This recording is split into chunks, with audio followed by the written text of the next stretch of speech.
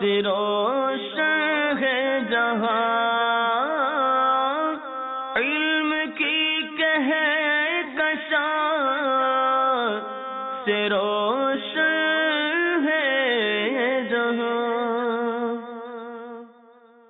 الحمدللہ رب العالمین والصلاة والسلام علی سید المرسلین، اما بعد فاعوذ باللہ من الشیطان الرجیم، بسم اللہ الرحمن الرحیم۔ الصلاة والسلام علیک یا رسول اللہ وعلی آلک واصحابک یا حبیب اللہ۔ الصلاة والسلام علیک یا نبی اللہ وعلی آلک واصحابک یا نور اللہ۔ مدنی چینل کے سلسلے علم کی کہکشاں کے ساتھ آپ کی بارگاہ میں حاضر ہیں۔ علم کی کہکشاں یعنی علم کی کرنیں، علم کے ستارے، علم کی کرنوں کے ساتھ آپ کے ساتھ انشاءاللہ یہ سلسلہ کریں گے۔ اور یاد رکھیں کہ ہمارے ایک سلسلے کے اندر ایک خاص موضوع ہوا کرتا ہے جس کے اندر ہم گفتگو کیا کرتے ہیں، ڈسکشن ہوا کرتے ہیں۔ اپنے سلسلے کا آغاز کرنے سے قبل نبی کریم علیہ السلام پر درود پاک پڑھنے کی فضیلت کو شامل کرتے ہیں۔ سرکار دو عالم نور مجسم شاہ آدم و بنی آدم صلی اللہ علیہ وسلم نے ارشاد فرمایا ہے، زینوا مجالسکم بالصلاۃ علیہ فإن صلاتکم علیہ نور لکم یوم القیامہ، او کما قال علیہ السلام۔ فرمایا نبی کریم علیہ السلام نے کہ اپنی مجلسوں کو، اپنی محفلوں کو مجھ پر درود پڑھ کر سجا لیا کرو کہ بے شک تمہارا مجھ پر درود پڑھنا بروز قیامت تمہارے لیے نور ہوگا۔ تو بہت ہی پیاری حدیث مبارک ہے، مجلس ہو، محفل ہو، دوستوں کی بیٹھک ہو، آپ کی گیدرنگ ہو، جب بیٹھا کریں تو سرکار دو عالم علیہ السلام پر درود پاک پہ پڑھ لیا کریں۔ برکت یہ حاصل ہوگی کہ وہ مجلس اللہ نے چاہا تو گناہوں سے بھی پاک ہوگی، اور آخرت میں انشاءاللہ اللہ کی عطا سے ہمیں نور بھی دیا جائے گا۔ صلو علی الحبیب صلی اللہ تعالی علی محمد صلی اللہ تعالی علیہ وسلم۔ اپنے موضوع کی طرف جانے سے قبل ایک بہت ہی پیاری حدیث مبارک میں آپ کے گوش گزار کرتا ہوں۔ ایک شخص، ایک اعرابی سرکار دو عالم صلی اللہ علیہ وسلم کی بارگاہ میں حاضر ہوتا ہے اور کہتا ہے کہ اے اللہ کے نبی، میں اسلام لانا چاہتا ہوں مگر میری ایک شرط ہے۔ میں اسلام لانا چاہتا ہوں، مسلمان ہونا چاہتا ہوں، مگر میری ایک شرط ہے۔ اگر وہ شرط آپ قبول فرمائیں گے تو اسلام لے آؤں گا، اگر شرط قبول نہیں کریں گے تو نہیں لے کر آؤں گا۔ نبی کریم علیہ السلام نے استفسار فرمایا، پوچھا کہ بتلاؤ کیا شرط ہے، کیا کہنا چاہتے ہو؟ تو اس نے عرض کی کہ میں بہت بڑا گناہگار ہوں، میرے اندر بہت ساری برائیاں ہیں اور میں ان کو چھوڑ نہیں سکتا، میں ان کا عادی ہو چکا ہوں، چھوڑ نہیں سکتا۔ البتہ اتنا ضرور ہے کہ اگر آپ مجھے ان میں سے کسی ایک گناہ کو، کسی ایک برائی کو چھوڑنے کا فرمائیں گے تو وہ میں ایک برائی چھوڑ دوں گا۔ اب بہت ساری برائیاں ہیں، کسی ایک کا انتخاب کر کے، کسی ایک کو سلیکٹ کر کے آپ مجھے بتا دیں کہ میں اس سے باز آ جاؤں، اس کو چھوڑ دوں، تو میں اس برائی کو چھوڑ دوں گا، پھر میں مسلمان ہو جاؤں گا، میری دیگر برائیاں اپنی جگہ پر قائم رہیں گی۔ نبی کریم علیہ السلام نے اس سے ارشاد فرمایا، اچھا ایسا ہے تو تم ایسا کرو کہ تم جھوٹ بولنا چھوڑ دو۔ ساری برائیاں اپنی جگہ، ارشاد فرمایا تم جھوٹ بولنا چھوڑ دو۔ لہٰذا ایسا ہی ہوا، اس شخص نے نبی کریم علیہ السلام سے وعدہ کیا اور کہا کہ ٹھیک ہے، میری اپنی برائیاں اپنی جگہ پر، لیکن میں آئندہ جھوٹ کبھی نہیں بولوں گا، میں آپ سے یہ وعدہ کرتا ہوں۔ حدیث مبارک میں آتا ہے کہ وہ شخص پھر جھوٹ نہ بولنے کا وعدہ کرنے کے بعد اس پر کاربند ہو جاتا ہے اور ہمیشہ سچ کو اپنا لیتا ہے، اور جھوٹ نہ بولنے کی اس کو برکت ایسی حاصل ہوتی ہے کہ وہ سارے گناہوں سے تائب ہو جاتا ہے، اس کے سارے گناہ چھوٹ جاتے ہیں۔ تو یہ ہمارے آج سلسلے کا موضوع بھی ہے۔ انشاءاللہ ہم اپنے سلسلے میں جھوٹ کے دینی اور دنیاوی نقصانات کے حوالے سے گفتگو بھی کریں گے۔ یاد رکھیے، جھوٹ ایسی ایک بیماری ہے، بخاری شریف کی حدیث مبارک نبی کریم علیہ السلام نے ارشاد فرمایا کہ کیا میں تمہیں اکبر الکبائر یعنی سب سے بڑے گناہ کے بارے میں نہ بتاؤں؟ صحابہ نے عرض کی، یا رسول اللہ ضرور ارشاد فرمائیے۔ تو حضور علیہ السلام نے ارشاد فرمایا کہ وہ جھوٹ ہے، سب سے بڑا گناہ جھوٹ ہے۔ یاد رکھیے، جھوٹ بولنا جو ہے یہ ایک گناہ کبیرہ بھی ہے، اللہ کی ناراضی کا سبب ہے۔ مزید جھوٹ کے دینی اور دنیاوی نقصانات اپنی جگہ پر مسلم ہے۔ جھوٹ کی برائی سب سے بڑی یہ بات ہے، جھوٹ کے برا ہونے کی سب سے بڑی دلیل یہ ہے کہ جو بندہ سب سے بڑا جھوٹا ہو وہ بھی جھوٹ سے نفرت کیا کرتا ہے، کہ جب اس کے ساتھ کوئی جھوٹ بولتا ہے تو اس کو غصہ آ جاتا ہے کہ میرے ساتھ جھوٹ بولا، مجھے دھوکہ دیا، میرے ساتھ غلط بیانی کی۔ جھوٹ کے برا ہونے کے لیے اتنا ہی کافی ہے کہ کوئی بندہ کتنا ہی بڑا جھوٹا ہو، لیکن جب اس کے ساتھ جھوٹ کا رویہ کیا جاتا ہے، جھوٹے انداز میں پیش آیا جاتا ہے، تو وہ اپنے آپ کے لیے بھی وہ برا تصور کرتا ہے۔ ہمارے اسلام کا یہ حسن ہے، اسلام کی یہ ایک پاکیزگی ہے کہ اسلام نے ہمیں سچ کا درس دیا ہے، جھوٹ سے بچنے کا بھی درس دیا ہے، اور مسلمان کی شان نہیں کہ وہ جھوٹ کو اپنائے۔ انشاءاللہ اس موضوع پر ہم مفتی صاحب سے سوالات بھی کریں گے، ڈسکشن بھی کریں گے، مدنی پھولوں کا تبادلہ بھی کریں گے۔ مفتی صاحب کو اپنے سلسلے میں مرحبا کہتے ہیں۔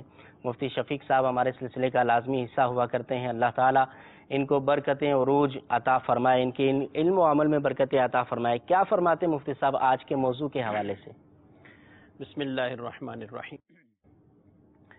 واقعی جھوٹ ایسی بری چیز ہے کہ جس کی تمام مذاہب کے اندر مذمت بیان کی گئی، اور دین اسلام میں جھوٹ کے بارے میں تو اتنی مذمت بیان کی گئی۔ قرآن مجید فرقان حمید میں مختلف مقامات پر جھوٹ کی مذمت بیان کی گئی، اور ساتھ ساتھ جھوٹوں پر اللہ تبارک و تعالی نے لعنت فرمائی ہے، لعنت اللہ علی الکاذبین، جھوٹوں پر اللہ کی لعنت ہے۔ اور اس کی برائی کو متعدد احادیث طیبہ، احادیث مبارکہ کے اندر بیان فرمایا گیا۔ آپ نے ابتداءً جو حدیث بیان فرمائی ہے، تو اس کے ساتھ ساتھ ایک اور حدیث پاک بھی جب نبی اکرم صلی اللہ علیہ وآلہ وسلم سے یہ پوچھا گیا کہ یا رسول اللہ صلی اللہ تعالی علیہ وآلہ وسلم، کیا مومن وہ بزدل ہو سکتا ہے؟ آپ صلی اللہ علیہ وسلم نے فرمایا کہ وہ بزدل ہو سکتا ہے۔ بزدل ہو سکتا ہے، اچھا۔ کیا مومن بخیل ہو سکتا ہے؟ فرمایا بخیل بھی ہو سکتا ہے، کنجوس ہو سکتا ہے، ہو سکتا ہے۔ ٹھیک ہے۔ تو پوچھا گیا رسول اللہ صلی اللہ علیہ وسلم سے کہ کیا مومن جھوٹا بھی ہو سکتا ہے؟ اللہ، تو ارشاد فرمایا مومن جھوٹا نہیں ہو سکتا۔ سبحان اللہ، یہ مسلمان یعنی ایک مسلمان کی صفات میں سے، ایک مومن کی کامل اور اعلیٰ مومن کی صفات میں سے یہ کہ اس کے اندر کذب، جھوٹ، غلط بیانی وہ بالکل کسی طرح کی نہ ہو، نہیں ہوتی۔ ٹھیک ہے۔ اسی لیے ارشاد فرمایا دوسری حدیث مبارک کے اندر کہ جھوٹ جو ہے وہ فسق کے فجور کی طرف لے کے جاتا ہے۔ آدمی جھوٹ بولتا رہتا ہے، اور یہاں تک کہ اللہ کے نزدیک بھی اس کو لکھ دیا جاتا ہے کہ یہ کذاب ہے، اور سچائی جو ہے وہ نیکی ہے اور جنت کی طرف لے کے جانے والی ہے، اور ایسے شخص کو اللہ کے ہاں صدیق لکھ دیا جاتا ہے کہ یہ سچا شخص ہے۔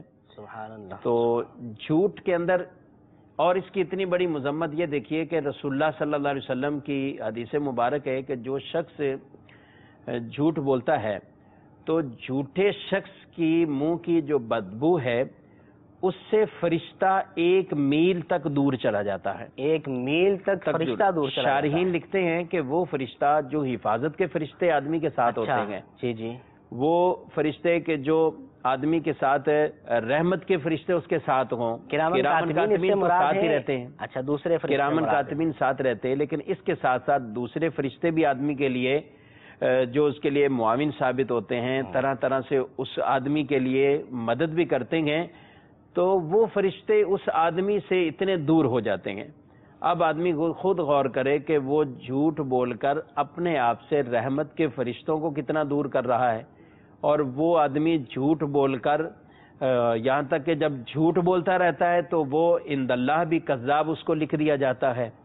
جھوٹ سے تو اتنی نفرت دلائی گئی، اس کی ایک وجہ ہے کیونکہ صاحب آپ نے جو یہ بات کی کہ فرشتہ 1 میل دور تک چلا جاتا ہے، فرشتوں کو یہ بدبو محسوس ہوتی ہے، 1 میل تک دور چلے جایا کرتے ہیں، مگر آج انسان جو اتنے جھوٹ بولتے ہیں، وہ ہمارے یہاں تو اگر گیدرنگ کو دیکھا جائے تو دوستوں کے اندر زیادہ مقبول ہی وہ ہوتا ہے جو زیادہ جو ہے وہ ہنسانے والا ہو، بھلے وہ جھوٹ بول کر ہنسائے یا سچ بول کر ہنسائے یا اس طرح کی باتیں کر کے دلوں کو لبھانے والا ہو، تو کیا انسانوں کو یہ بدبو محسوس نہیں ہوتی؟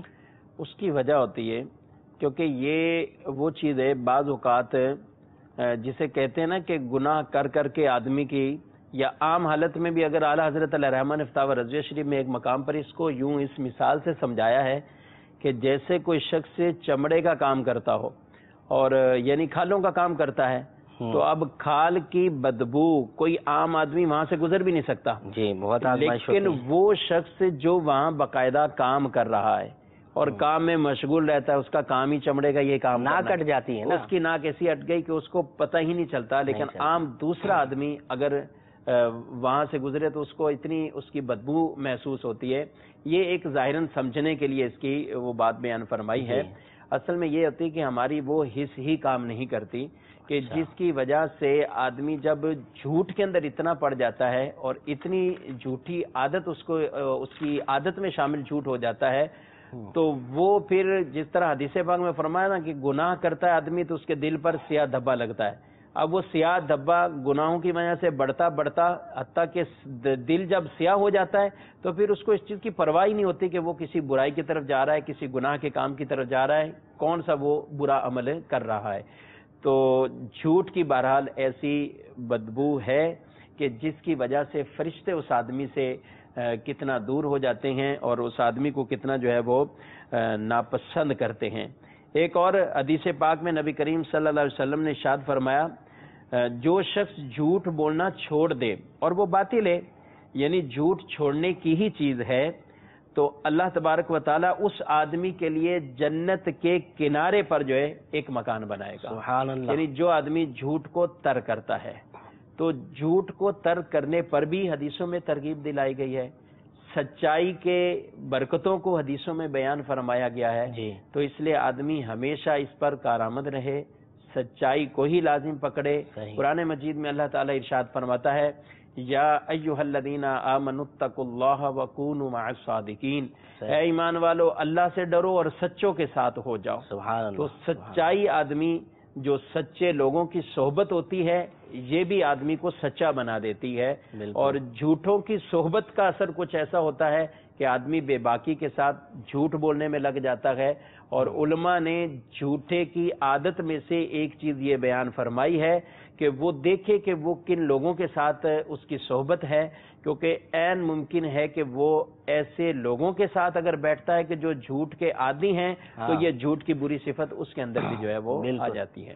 بالکل، صحبت تو اثر اپنا دکھاتی ہی ہے. جو بندہ گناہگار نہیں ہوتا، بے نمازی ہے، اگر نمازی آدمی ہے بے نمازیوں کے ساتھ اٹھتا بیٹھتا ہے تو ایک وقت ایسا آتا ہے کہ وہ بھی اگر صحبت اثر دکھائے تو بے نمازی بن جاتا ہے، نمازیں چھوڑنے کی اس کو عادت بھی پڑ سکتی ہے.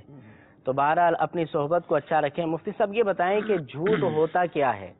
ہم بہت سنتے ہیں کہ جھوٹ کی یہ جو ہے بیماری ہے، جھوٹ کا یہ وبال ہے، یہ عذاب ہے، لیکن عام الفاظ کے اندر آپ اس کو اگر بیان کریں کہ جھوٹ اس چیز کو کہا جاتا ہے تاکہ ہمارے ناظرین بھی اس کا تعارف جان سکیں اور بچنے کی کوشش کریں. جھوٹ کو عربی زبان میں کذب کہا جاتا ہے. کذب، ٹھیک ہے، اور کاف زال اور با کذب، اور اسی کا مد مقابل صدق ہے. صدق، صاد دال قاف، ٹھیک ہے، صدق. اور کذب کا معنی واضح تھا جھوٹا، یعنی جھوٹ بولنا. ٹھیک ہے. اور جو شخص جھوٹ بولتا ہے اس کو کاذب کہا جاتا ہے، جھوٹ بولنے والا شخص. اور سچائی اپنانے والے شخص کو صادق کہا جاتا ہے. جھوٹ بیسک کہتے ہیں خلاف واقع بات کرنا، خلاف واقع کوئی خبر دینا، خلاف واقع یعنی جو معاملہ ایسے نہیں ہے اس کو ویسا سمجھا دینا، یعنی حقیقت کے خلاف بات کرنا، حقیقت کے خلاف بات کرنا، حقیقت کے خلاف بات کرنا. اور اس بارے میں ایک حدیث میں کہ رسول اللہ صلی اللہ علیہ وسلم نے ارشاد فرمایا بڑی خیانت کی یہ بات ہے کہ تو اپنے بھائی سے کوئی بات کہے اور وہ تجھے اس بات میں سچا سمجھ رہا ہے. اچھا، یعنی کوئی بات کرے اور وہ آپ کو اس بات میں سچا سمجھتا ہے، تو یہ ہے کہ آپ یعنی یہ خیانت بھی اس کے ساتھ ہے. تو جھوٹ کے اندر چونکہ خیانت بھی ہے، جھوٹ کے اندر دھوکہ دہی عموماً پایا جاتا ہے، اور سامنے والے کی آنکھوں کے اندر مٹی ڈالنا مقصود، سامنے والے کی آنکھوں سے وہ مسئلہ بالکل اوجھل رکھنا مقصود ہوتا ہے. تو یہ خیانت اور دھوکہ تو اس کا بالکل جزو لازم ہے. آج کل بڑا اس کو بیان کیا جاتا ہے، دوستوں میں جب بیٹھے تو میں نے تو فلاں کو چکما دے دیا، فلاں کو جو ہے وہ گولی دے دی، فلاں کو جو ہے وہ میں نے پھرا دیا، گھما دیا، اس کو جو ہے میں نے اپنا جھوٹ بول کر جو ہے ایسی بات کری کہ اس نے مجھے سچا سمجھ لیا. تو دیکھیں مدنی چینل کے ناظرین، سب سے بڑی بات یہ ہے کہ جب آپ ایسی بات کریں گے، میں اگر ایسی بات کروں گا کہ لوگ مجھے اس میں سچا جانے لیکن حقیقت اس کے برخلاف ہو. اللہ تعالیٰ تو جانتا ہی ہے, گناہ اس کا تو مل کر ہی رہے گا, لیکن جب اس آدمی کو پتا چلے گا کہ اس کے ساتھ جھوٹ بولا گیا ہے, اس کا اعتماد ٹوٹ جائے گا. اور مفتی شفیق صاحب آپ بھی جانتے ہیں کہ جب ایک مرتبہ اعتماد ٹوٹ جاتا ہے تو دوبارہ بحال ہونا بڑا مشکل ہوتا ہے. گھروں کے معاملات کو دیکھ لیا جائے, گھر میں اگر ہم جھوٹ بولتے ہیں تو گھر والوں کا اعتماد اٹھ جاتا ہے. بچوں کے ساتھ اگر جھوٹ بولیں گے تو ایک تو یہ ہے کہ بچوں کی تربیت ہم جھوٹ کے حوالے سے کر رہے ہیں, دوسرا یہ کہ ان کا اعتماد بھی اٹھ جاتا ہے, پھر والدین کا اعتماد اٹھ جاتا ہے, پھر اگر ہم سچ بھی بول رہے ہوں تو سچ میں بھی ہمیں سچا گردانا نہیں جاتا, سمجھا نہیں جاتا. یہ بہت بڑا نقصان. بچوں کے ساتھ تو واقعی صحیح, یعنی بچوں کے ساتھ تو اتنا معاملہ ہوتا ہے کہ عام طور پہ لوگ مزے لے رہے ہوتے ہیں کہ ہم نے بچے کے ساتھ یہ, یعنی جو آپ نے کہا نا کہ لوگ یہ عام کہتے ہیں کہ ہم نے چکما دے دیا, اس کے ساتھ بھی ہاتھ کر دیا, تو لوگ بچوں کے ساتھ بھی لطف اندوز ہو رہے ہوتے ہیں غلط بات کہہ کے, جھوٹ کہہ کے. حالانکہ بچوں کے ساتھ بھی سچائی کا, بلکہ حدیث پاک میں ہے کہ کسی نے ایک کو بلایا بچے کو کہ آؤ میری طرف تمہیں یہ دوں, تو رسول اللہ صلی اللہ علیہ وسلم وہاں تشریف فرماتے, آپ نے فرمایا تم نے کیا چیز دینی ہے اسے؟ تو کہا میرے پاس کھجور ہے, وہ دوں گی. تو آپ صلی اللہ علیہ وسلم نے ارشاد فرمایا کہ اگر یہ نہ دینے کا قصد ہو یا نہ دیتی تو پھر یہ بات بھی جھوٹ کے اندر شمار کی جاتی ہے, یعنی اس کو جھوٹ فرمایا. تو عام طور پر بچوں کو ورگلانے کے لیے طرح طرح کے جھوٹے ہیلے بہانے یوز کیے جاتے ہیں. اس کا بڑا نقصان بچوں پر ایک یہ ہوتا ہے کہ بچہ جب ان چیزوں کو دیکھتا ہے تو وہ جھوٹ اس کی طبیعت میں بھی آنا شروع ہو جاتا ہے. اور بچوں کے اندر جھوٹی عادت ہونا, اس کی ایک بہت بڑی وجہ یہ ہوتی ہے کہ گھر کے ماحول میں, گھر کی چار دیواری کے اندر جھوٹ کا بکثرت استعمال ہوتا ہے, جس کی وجہ سے بچے اس کے اندر پڑے ہوئے ہیں. تو یہ ایک واقعی چاہے بچوں کے ساتھ ہو, یعنی مذاق میں بھی ہو, تو اس کے اندر کوئی ایسی جھوٹ بات شامل نہ ہو, کوئی ایسی جھوٹی چیز نہیں. ایک واقعہ مفتی صاحب مجھے یاد آیا, ایک اسلامی بھائی کا بیان ہے, وہ ان سے گھر پر ملنے کے لیے گئے نا کسی کے ساتھ, جی, تو کسی سے ملنے کے لیے گھر پر جاتے ہیں, دروازہ بجاتے ہیں تو بچہ باہر نکلتا ہے. پوچھا بیٹا آپ کے والد صاحب ہیں, آپ کے پاپا گھر پر ہیں؟ تو وہ بچہ آگے سے جواب دیتا ہے کہ ابو کہہ رہے ہیں کہ میں سو رہا ہوں. وہ مطلب پھر اس نے وہ اس بات پر چونک گیا کہ کیا واقعی ابو کہہ رہے ہیں کہ میں سو رہا ہوں؟ تو کہا ہم بولے ابو کہہ رہے ہیں کہ میں سو رہا ہوں. تو بات یہ ہے کہ وہ اگر سو ہی نہیں رہے اور اگر یہ بات کی ہے تو یہ شاید جھوٹ کے اندر, یعنی نتیجہ یہ نکلا کہ بچہ سچا ہوا اور والد جھوٹا ہوا. اللہ اکبر. بچے تو سادہ لوگ ہوتے ہیں, یعنی بچوں کو اس طریقے سے, ظاہر اس کو جو پڑھائیں گے تو وہ بچہ تو ویسے ہی اس کو بچہ تبھی تو بچہ کہا جاتا ہے. تو اس کو جو سبق پڑھا کر نکالا, یہ تو چھوٹی, یعنی اس کو سمجھا جاتا ہے کہ یہ چھوٹی سی بات ہے. اچھا بس میں بیٹھے ہوئے ہیں, 2 روپے اگر کھلے دینے ہیں, کنڈکٹر کو کہہ رہے ہیں میرے پاس تو پیسے نہیں ہیں, یا کھلے پیسے ہی نہیں میرے پاس موجود ہیں, یا اور پیسوں کی ویسے ہی نفی کر دیں گے ہمارے پاس موجود. اچھا یہ جھوٹ بول کر ہم 2 روپے اگر بچا لیتے ہیں تو کیا ان 2 روپوں کے اندر برکت آ سکتی ہے؟ اس میں برکت کیسی آئے گی جب ہم نے جھوٹ بول کر ہی ان کو بچا لیا ہے؟ یعنی کہ اس کا حق تھا اور ہم نے جھوٹ بول کر اس کا حق دبا لیا, یہ کیا اس زمرے میں آئے گا مفتی صاحب؟ بالکل جھوٹ بول کر یہ جھوٹ کے ہی زمرے میں, کہ اگر اس کے پاس موجود ہیں, جھوٹ خلاف واقع بات ہے, ٹھیک ہے, اور اس کے پاس موجود ہیں اور بنتے بھی ہیں کرائے کے, عموماً جتنے پیسے بنتے ہیں تو وہ تو اس کو دینے ہی ہیں. بالکل. تو ایسی صورتحال میں بعض اوقات جیسے 17 روپے کرایہ یا 18 روپے کرایہ ہوتا ہے عام طور پر, ابھی آج کل بھی بس کا ایک اسٹاپ سے 2-3 اسٹاپوں تک یہ کرائے ہوتے ہیں, تو اب اس میں 15 روپے دے کر اوپر والے 2 روپے کے ساتھ یہ کہہ دیا. اچھا دکان پہ کوئی چیز لی, سودا لیا ہے, اب اس کے اگر پیسے جو ہیں وہ بنے 41 روپیز, یعنی 41 روپے بنے, 40 روپے دیں گے, 1 روپیہ نہیں ہے.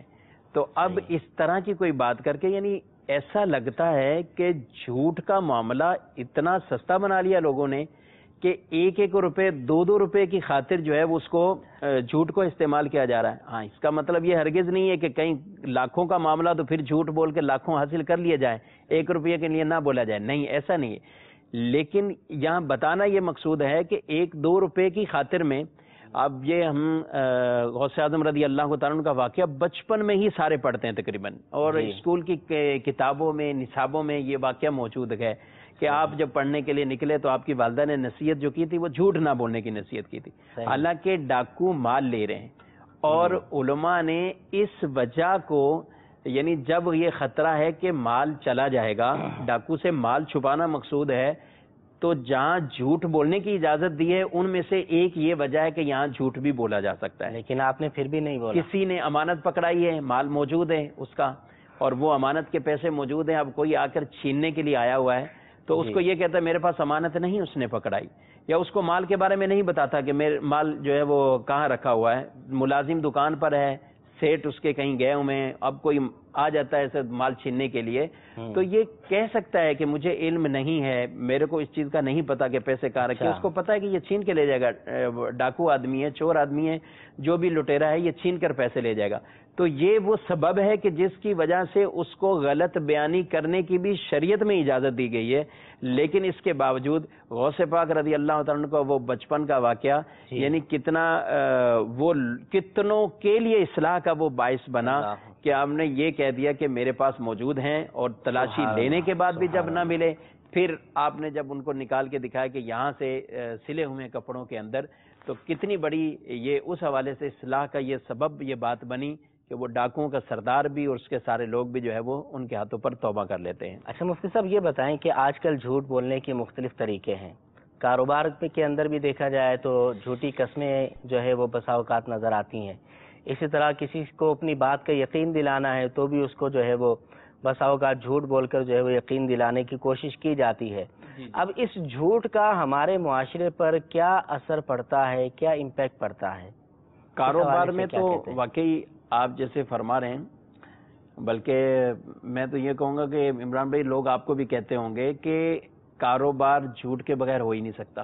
یہ جملہ اتنا عام کر دیا لوگوں نے کہ دوسرے لوگ بھی سن سن کے معاشرے کے اندر ایسا سمجھ لیا کہ جھوٹ بھی کاروبار کا ایک حصہ ہے، کہ جھوٹ ہی بولنا ہے اور دکان پہ رہتے ہوئے. حالانکہ رسول اللہ صلی اللہ علیہ وسلم کی یہ حدیث مبارک ہے کہ اگر جو ہے وہ آدمی کوئی جھوٹ بول کر کوئی سودا فروخت کرتا ہے جی، اور یا جو ہے وہ جھوٹی قسمیں کھا کر سودا فروخت کرتا ہے جی، تو اس کے بارے میں حدیث میں واضح طور پہ ارشاد فرمایا کہ یہ اس کی بات سامان کو تو بکوا دے گی لیکن اس کی برکت کو ختم کر دے گی. اب برکت کو کیا ختم کرے گی؟ علامہ نووی علیہ رحمہ نے شارح مسلم نے اس کے تحت حدیث کے تحت لکھا کہ اس کی برکت کہ اگر اس نے کوئی چیز بیچی ہے اور اس کے عوض میں کچھ پیسہ لیا ہے تو یہ پیسہ اس کے لیے مفید نہیں ہوگا. اچھا صحیح ہے. اور اگر اس نے جھوٹ بول کر پیسہ دے کر کوئی چیز لی ہے تو وہ چیز اس کے لیے مفید ثابت یوں نہیں ہوگی کہ یا تو اس سے مستقل یہ فائدہ نہیں اٹھا سکے گا یا جتنا فائدہ اس سے ملنا چاہیے وہ فائدہ اس کو نہیں ملے گا. تو چاہے بائع ہو یا مشتری ہو، بیچنے والا ہو یا خریدنے والا ہو. ٹھیک ہے. تو اگر یہ دونوں، کیونکہ ضروری نہیں ہے کہ عام طور پہ تاجر کہا جاتا ہے تو اس سے مطلب یہی لیتا ہے کہ دکان والا ہی جھوٹا ہے، خریدار بھی جھوٹ بولتے ہیں اور طرح طرح کے جھوٹ بولتے ہیں. اور دکان والے کو بعض اوقات دھوکہ دینے کے لیے وہ اسی کی چیز کم پیسوں میں وصول کرنے کے لیے وہ کتنے جھوٹ کا سہارا لیتے ہیں اور اس کو جھوٹ بولتے ہیں، اور جس کی وجہ سے کئی چیزوں کا جو ہے وہ معاشرے میں بگاڑ پیدا ہوتا ہے. معاشرے میں بگاڑ کیا جھوٹ کے ہوئے پیدا، اس کی چند وجوہات بھی ہیں جس کو انشاءاللہ ہم کو ذکر کریں گے کیوں جھوٹ بولا جاتا ہے.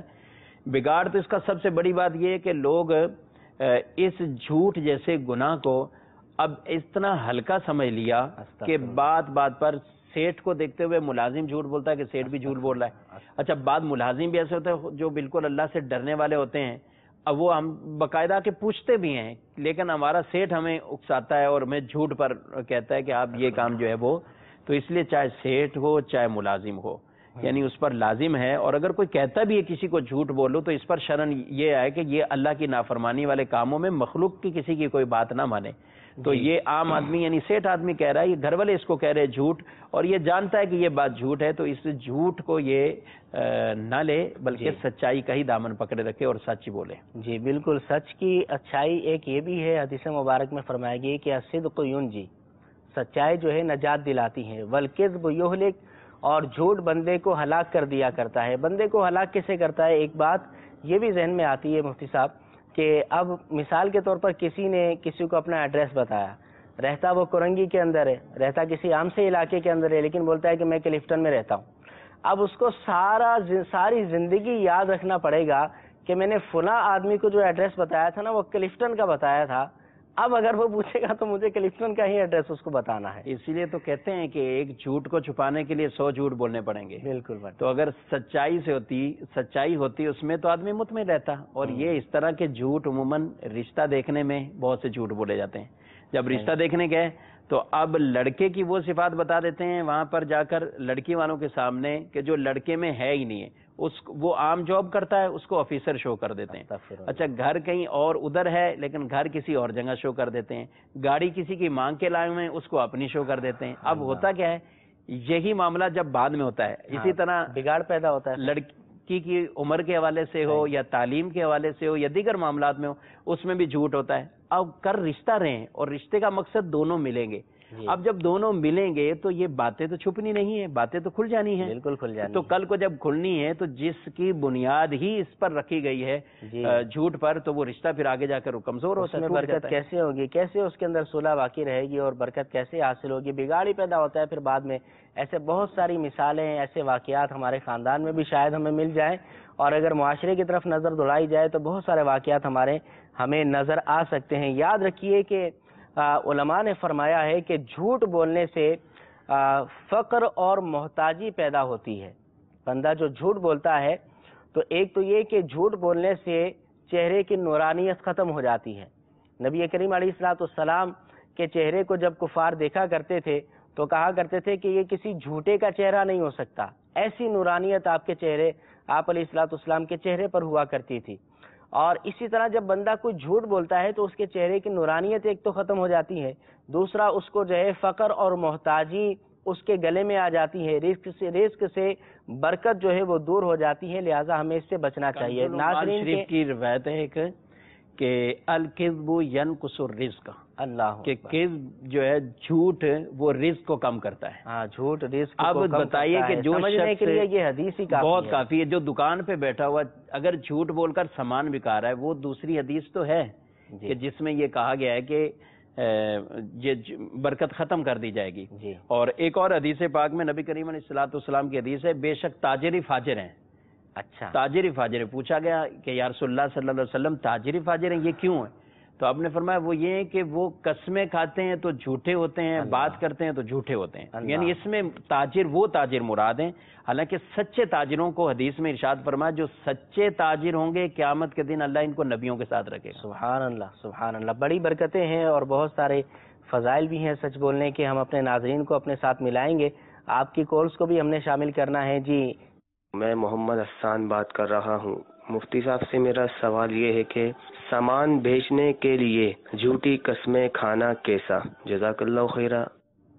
جھوٹی قسمیں کھانا کیسا؟ مفتی صاحب بتا چکے ہیں کہ حدیث مبارک کی صورت میں نبی کریم علیہ السلام نے فرمایا کہ جھوٹی قسم مال تو بکوا دیتی ہے مگر برکت کو ختم کر دیتی ہے. برکت کیسے ختم کر دیتی ہے؟ مفتی صاحب نے یہ بھی حضرت امام نووی رحمۃ اللہ تعالی علیہ کے حوالے سے بیان کیا تھا کہ یا تو وہ مال مفید نہیں رہتا, یا کما حقوق اس سے فائدہ اٹھایا نہیں جا سکتا, یا زیادہ دیر تک وہ چیز باقی نہیں رہتی.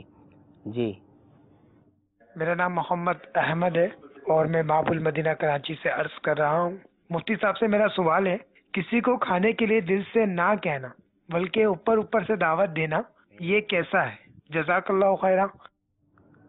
جی دل میں تو یہ ہے کہ کھانا پہلے ہی کم ہے, یہ بیٹھ گیا تو اور ہی کم ہو جائے گا, پیٹ نہیں بھرے گا. لیکن کیا کریں, مروت کی وجہ سے کہنا بھی ضروری ہے. اب یہ کیا جھوٹ میں شامل ہوگا یا نہیں, بالکل اس پر بات کریں گے. نیکسٹ. توریہ کسے کہتے ہیں؟ مدنی انعامات میں امیر اہل سنت دامت برکاتہم العالیہ نے جھوٹ اور توریہ سے بچنے کا ارشاد فرمایا ہے. جی توریہ کسے کہتے ہیں؟ مدنی انعامات کا بھی تذکرہ کیا. ہمارے کو اسلامی بھائی لگ رہے ہیں. اللہ تعالیٰ مجھے بھی مدنی انعامات پر عمل کی توفیق عطا فرمائے. جی مزید ہیں کالز تو وہ بھی دے دیں. السلام علیکم ورحمۃ اللہ وبرکاتہ. وعلیکم السلام ورحمۃ اللہ وبرکاتہ. میرا نام ظہیر احمد اتاری ہے. میرا تعلق ایئرپورٹ بانڈی کریم حیدر شاہ مظفر آباد کشمیر سے ہے. میرا مفتی صاحب سے یہ سوال ہے کہ بعض کمپنیوں کی طرف سے علاج کی سہولت ملتی ہے اور بعض ملازم جھوٹے بل بنوا کر اس سہولت سے فائدہ اٹھاتے ہیں, ایسا کرنا کیسا؟ اس حوالے سے کچھ ارشاد فرمائیں. جزاک اللہ خیرہ. آمین آمین و ایاکم. نیکسٹ. السلام علیکم ورحمۃ اللہ وبرکاتہ.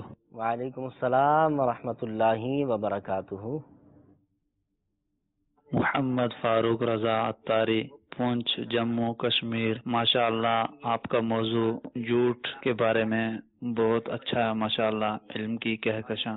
جی اچھا جی، بہت شکریہ حوصلہ افزائی کا، اللہ تعالیٰ آپ کو بھی برکتیں عطا فرمائے۔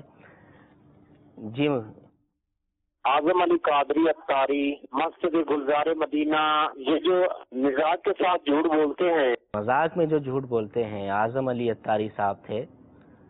جی شفیق بھائی کیا ارشاد فرمائیں گے؟ اسی بات سے شروع کرتے ہیں۔ لوگوں کو ہنسانے کے لیے، مذاق کے لیے، جو ہمارے بھائی نے سوال کیا ہے، جی تو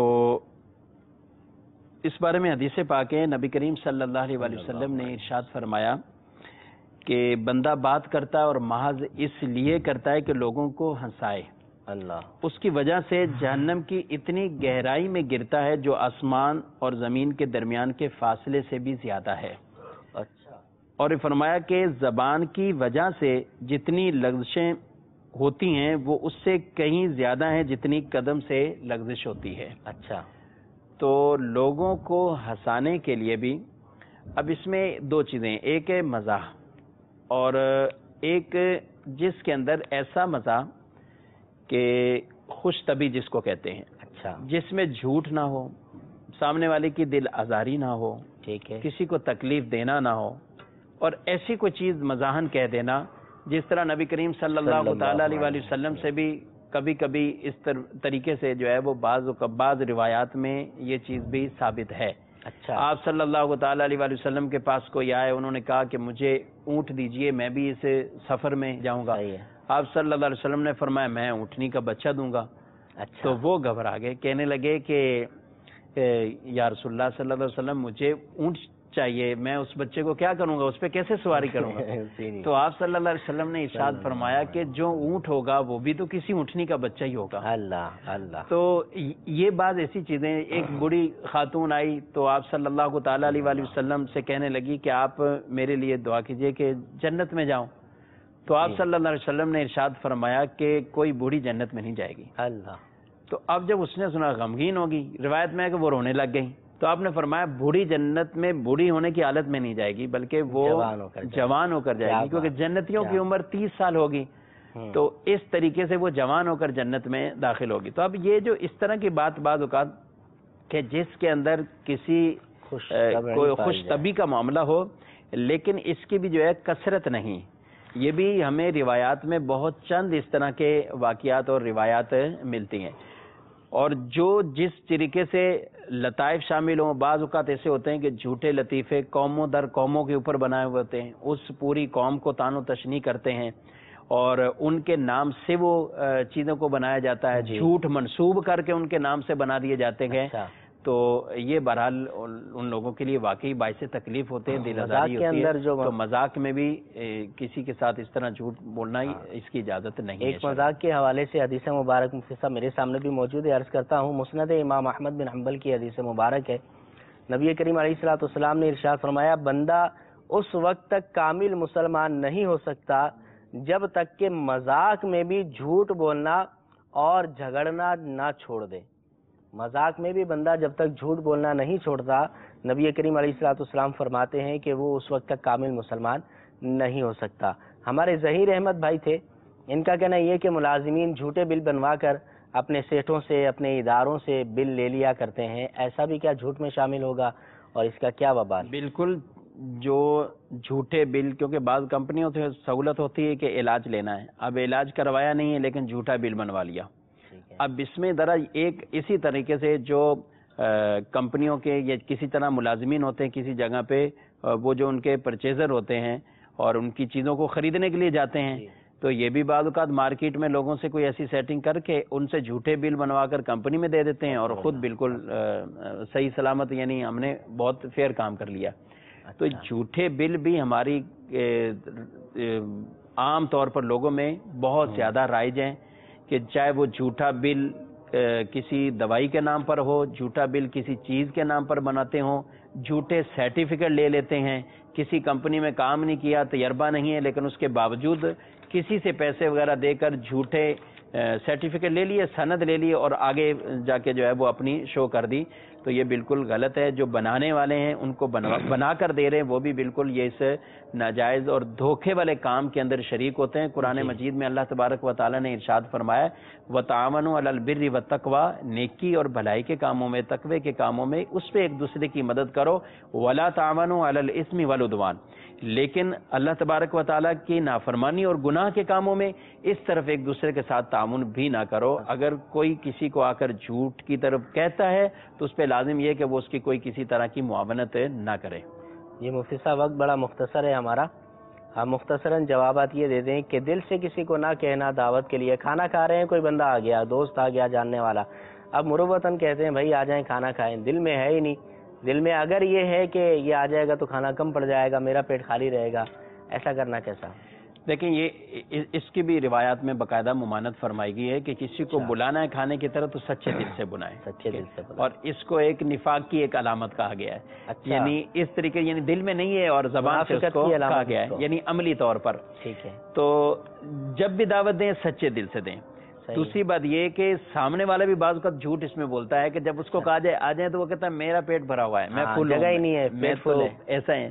تو ایسی صورتحال میں وہ بھی بعض اوقات جھوٹ کے اندر پڑ جاتا ہے, کیونکہ رسول اللہ صلی اللہ علیہ وسلم سے حضرت اسماء بنت امیس نے پوچھا کہ اگر ہمارے دل میں کوئی خواہش ہے لیکن ہم اس کو ظاہر کریں کہ نہیں ہے خواہش, تو آپ صلی اللہ علیہ وسلم نے فرمایا یہ بھی جھوٹ میں ہے. اور چھوٹا جھوٹ لکھا جاتا ہے, بڑا بڑا لکھا جاتا ہے. تو یعنی اس طرح کی اگر اس کے دل میں بھی وہ بات نہیں تو اس کو ظاہر یوں نہ کریں. جی مدنی چینل کے ناظرین, بہت سارے مدنی پھولوں کا تبادلہ بھی ہوا, مفتی صاحب سے ہم نے سوالات بھی پوچھے اور بہت ساری جھوٹ کے متعلق گفتگو بھی کی گئی. دعا ہے اللہ رب العزت ہمیں جھوٹ جیسی بیماری سے, جھوٹ جیسے کبیرہ گناہ سے بچتے رہنے کی توفیق عطا فرمائے. نبی کریم علیہ الصلوۃ والسلام نے ارشاد فرمایا ایاکم والکذب, فرمایا بالخصوص تم جھوٹ سے بچو. تو جھوٹ سے ہمیں بچنا چاہیے دنیاوی طور پر. آپ اس کا فائدہ دیکھ لیں, جھوٹا آدمی جو ہوتا ہے اپنے خاندان میں بھی بے عزت ہوا کرتا ہے, اور جھوٹا آدمی جو ہوتا ہے اگر مارکیٹ میں ہے اور جھوٹ بول کر اگر کاروبار دیا کرتا ہے اس کی مارکیٹ میں کوئی ویلیو نہیں ہوا کرتی. جھوٹا آدمی اگر دوستوں میں ہوتا ہے اس کی بات کو اتنی اہمیت نہیں دی جاتی. سب سے بڑی بات یہ کہ جھوٹ بولنے سے اللہ تعالیٰ کی ناراضی کا سامنا ہوتا ہے. نبی کریم علیہ الصلوۃ والسلام کی ناراضی کا سامنا بندے کو جھوٹ کی صورت میں کرنا پڑتا ہے. اور میرے مدنی چینل کے ناظرین, اگر آپ اپنے چہرے کو اپنا صاف ستھرا رکھنے کے لیے, گورا رہنے کے لیے اور اپنی جو ہے وہ خوبصورتی کو بڑھانے کے لیے آپ بہت خرچہ کرتے ہیں, تو میں آپ سے کہوں گا اس کے ساتھ ساتھ آپ جھوٹ کو چھوڑ دیں. پھر آپ دیکھیں آپ کے چہرے پر نورانیت کیسی آتی ہے, کیسا آپ کا چہرہ کھلتا ہے, اللہ تعالیٰ کیسی برکتیں عطا فرماتا ہے. واقعی الصدق ینجی والکذب یہلک, کہ صدق جو ہے سچائی بندے کو نجات دیتی ہے اور جھوٹ بندے کو ہلاک کر دیا کرتا ہے. آج سے نیت کر لیں اللہ تعالیٰ ہمیں سچ کو اپنانے اور جھوٹ سے بچتے رہنے کی توفیق عطا فرمائے. آمین بجاہ النبی الامین. صلو علی الحبیب صلی اللہ تعالی علی محمد صلی اللہ تعالی علیہ وسلم. علم کی کہکشاں سے روشن ہے جہاں, علم کی کہکشاں سے روشن